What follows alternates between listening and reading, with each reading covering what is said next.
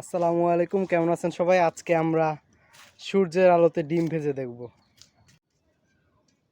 আমরা কড়াই রোদে দিয়েছি। হ্যাঁ, আমরা এখন তেল দিয়ে দিচ্ছি।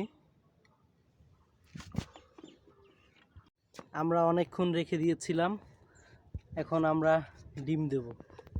এবার লবণ দিচ্ছি। আমরা অনেকক্ষণ ধরে ডিম রোদে রেখে দিয়েছি।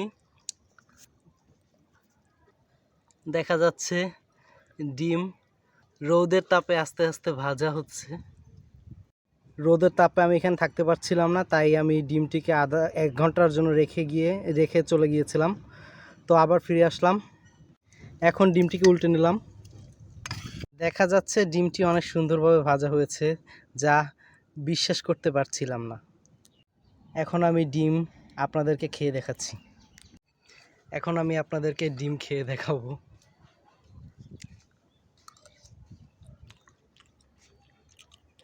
টেস্টি।